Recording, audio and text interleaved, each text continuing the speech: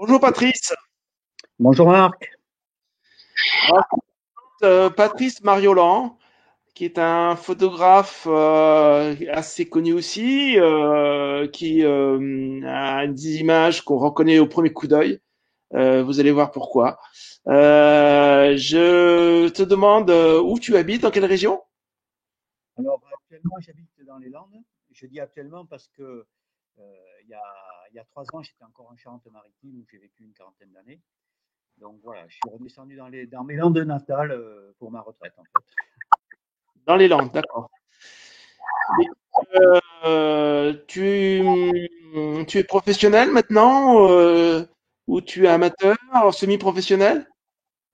Alors j'ai jamais souhaité être professionnel, tout simplement parce que j'avais un travail qui me permettait de vivre correctement et ça me laissait la liberté aussi d'aller faire les photos que je souhaitais faire.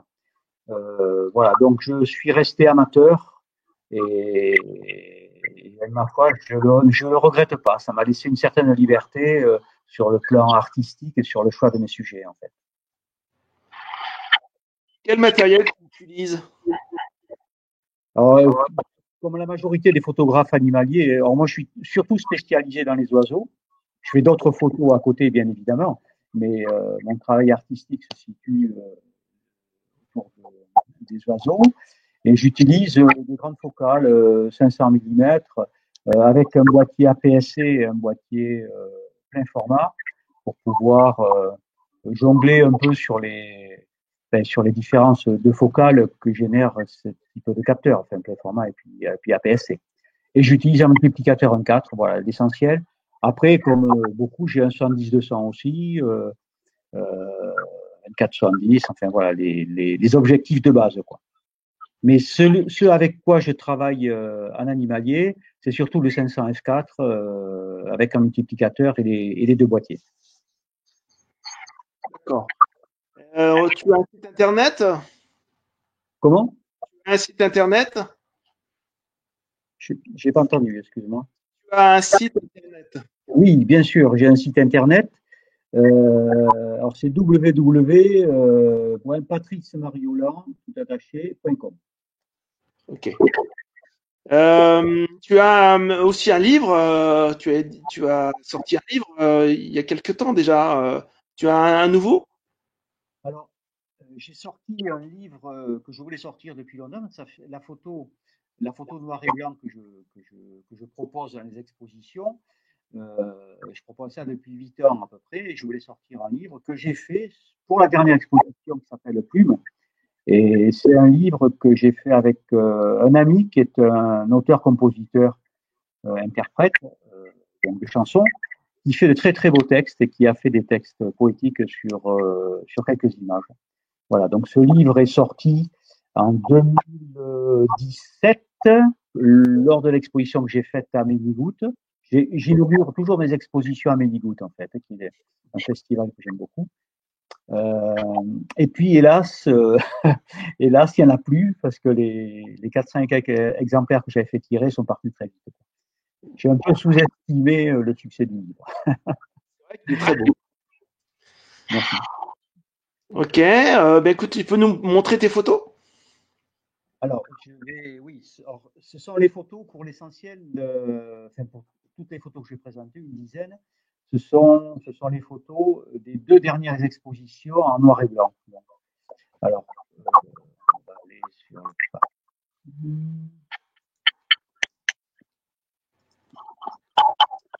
voilà, donc la première, alors, en fait, moi je m'intéresse beaucoup au vol et aux attitudes et au comportement. C'est ce qui m'intéresse aussi. Et je suis pas à la recherche d'espèces rares ou d'espèces difficiles d'accès. Je peux autant me faire plaisir avec une mésange bleue telle qu'on voit celle-là, qu'avec un gypaète barbu, par exemple, quoi. Donc, ce que je recherche, c'est surtout les attitudes. Alors cette mésange-là, elle a été prise avec, ça va te faire plaisir, avec des barrières JAMA, barrières infrarouges JAMA. Et j'ai pris ça l'hiver, quand je peux pas trop sortir. J'ai pris ça dans mon jardin, voilà, à la mangeoire. Donc voilà, on peut faire en fait des photos très très sympas sans voyager beaucoup, hein. Il suffit de voyager dans sa tête en fait. La prochaine photo, si elle veut bien passer. Voilà. Alors ça, c'est une photo que j'ai prise en Suède.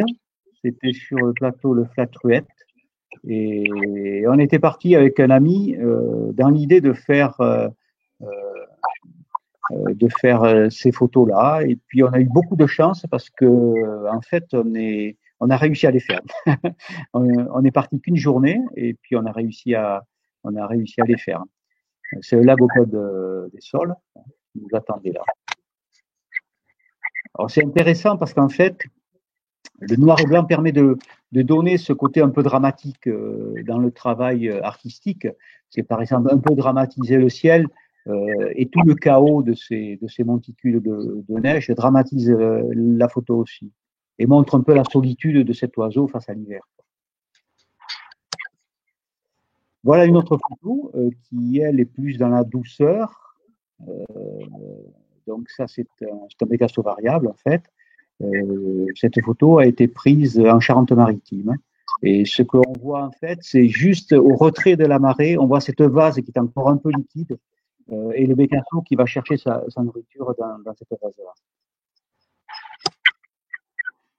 Voilà une autre photo qui a été prise en affût flottant. Alors, moi, j'utilise beaucoup, j'utilisais un peu moins cette année, mais j'utilisais beaucoup l'affût flottant. Parce que c'est une technique qui est très intéressante. Elle permet d'être au ras de l'eau, donc de donner la vraie dimension à l'oiseau. Et elle permet aussi surtout de s'orienter par rapport à la lumière, à l'arrière-plan, et de s'approcher des oiseaux aussi. Alors moi, je reste souvent assez statique en affût flottant, hein. Je choisis un endroit, je me positionne par rapport à la lumière et à l'arrière-plan, et à ce que je connais de l'activité des oiseaux. Ça demande de l'observation avant, bien sûr. Et puis j'attends que les oiseaux viennent et qu'il y ait de l'action. Donc ça c'est un fuligule morillon qui décolle et je trouve qu'il y a beaucoup d'esthétique et de grâce quoi dans ce vol-là. Voilà, toujours en affût flottant, ça c'est dans la Dombe du côté de Lyon, dans les étangs de la Dombe. Et c'est une aigrette garzette qui est en train de pêcher. Alors c'est intéressant parce que l'aigrette garzette est toujours très très active quand elle pêche, au contraire du héron qui est assez statique. Elle court partout, elle voit un poisson, elle jette dessus, elle fait de l'ombre avec ses ailes, elle va remuer le sol le fond avec ses pattes pour que les poissons viennent. Enfin, elle est très très dynamique et c'est passionnant vraiment à photographier. Donc voilà une autre photo que j'ai prise celle-là en Norvège. On attendait que l'aigle royal vienne nous voir.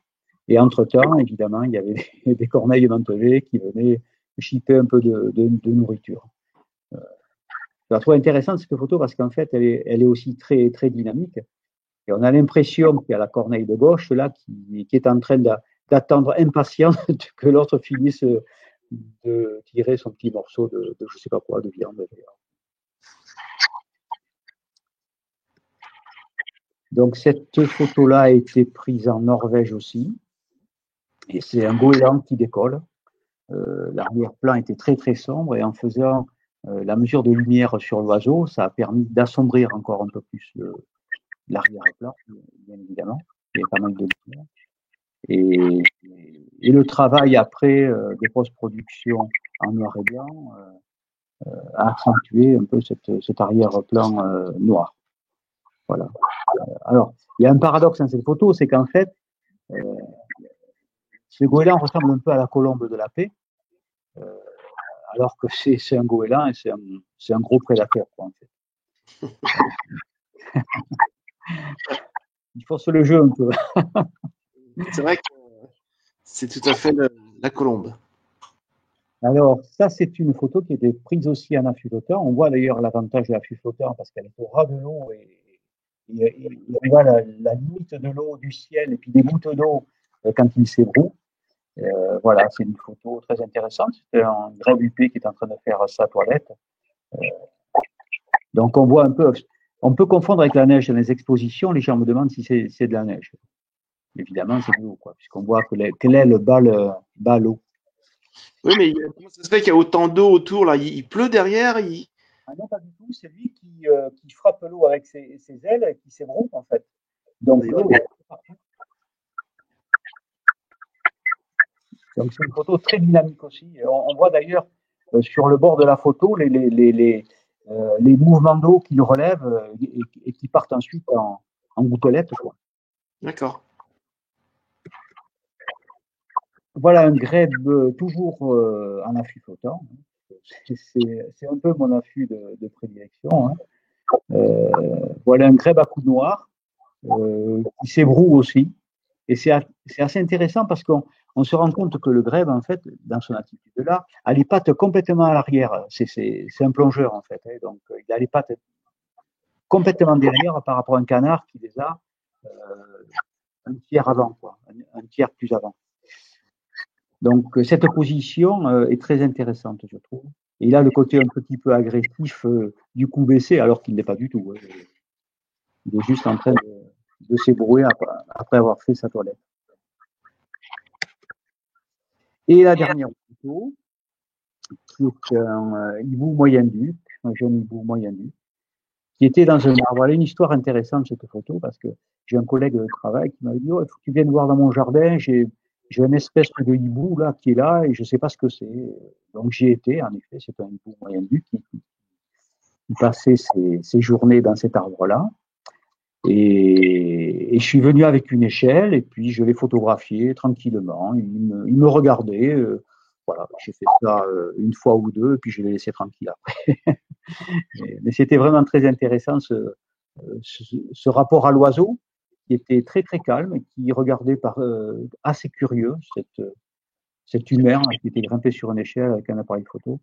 Alors cette photo en noir et blanc est très intéressante parce qu'en fait le feuillage dans la photo d'origine est vert et cache un peu, enfin, donne pas cette impression de douceur. Et les yeux ressortent beaucoup moins dans la photo d'origine que par exemple dans la photo en noir et blanc parce que ce feuillage est devenu gris et fait un arrière-plan qui est très très doux, qui est presque insignifiant, quoi. Et l'oiseau ressort beaucoup. Voilà un petit peu pour les photos que je voulais te présenter. Merci Patrice. C'est très très bien, très bon choix. Voilà, c'est tout à fait le style de Patrice Mariolan qui est un photographe plutôt plutôt sur le livre plume qui montre des photos justement noir et blanc et avec un extraordinaire graphisme. C'est dommage que tu réédites pas ce livre parce que c'est un livre merveilleux bien heureux ceux qui l'ont parce que vraiment c'est un très très beau livre, très graphique, j'ai pas d'autres mots. Voilà. Juste une petite information sous réserve. Il pourrait peut-être être réédité parce qu'en fait, il y a un éditeur dans le Pays Basque qui a été emballé par le livre et il faut que je le rencontre, le confinement complique un peu les choses. Mais en fait, il souhaiterait le rééditer avec des textes basques. Donc c'est assez intéressant, je trouve, et ça permettrait de relancer ce livre et puis de relancer l'expo dans le Pays Basque ou ailleurs, dans le Pays Basque espagnol, le français. Donc voilà, il y a ce projet en cours. C'est pas sûr qu'il aboutisse, mais il y a peut-être une porte qui s'ouvre sur la réédition de ce livre. J'ai pas bien compris, à un moment donné, ça a coupé un peu avec quelque chose de basque. Avec des textes qui seraient en basque, en fait. Ah, le texte. Ouais, parce que c'est un éditeur basque et voilà, il a été séduit par le livre et il souhaiterait justement pouvoir le rééditer avec des textes en basque. Alors, le projet est en constitution en fait. Il faut qu'on se rencontre, il faut qu'on en parle, voir ce qu'il est possible de faire. Est-ce que les traductions peuvent traduire l'esprit même des textes? Je n'en suis pas sûr. Ça peut être des textes complémentaires. Ben voilà, je ne sais pas du tout encore comment ça va se faire, mais c'est une possibilité, peut-être. D'accord. Écoute, merci beaucoup, Patrice. Et j'espère qu'on se reverra bientôt, soit à Ménigout, soit ailleurs. Ben, écoute, ce sera avec plaisir, Marc. Chaque fois qu'on se rencontre, c'est un vrai plaisir. Bon courage à toi et Audrey et puis à notre compagnon Marc de travail là, Ouais. parce que c'est pas très très simple en ce moment. Et puis à très bientôt, j'espère. J'espère qu'on pourra se retrouver dans des expositions. Ok. Ciao. Ciao.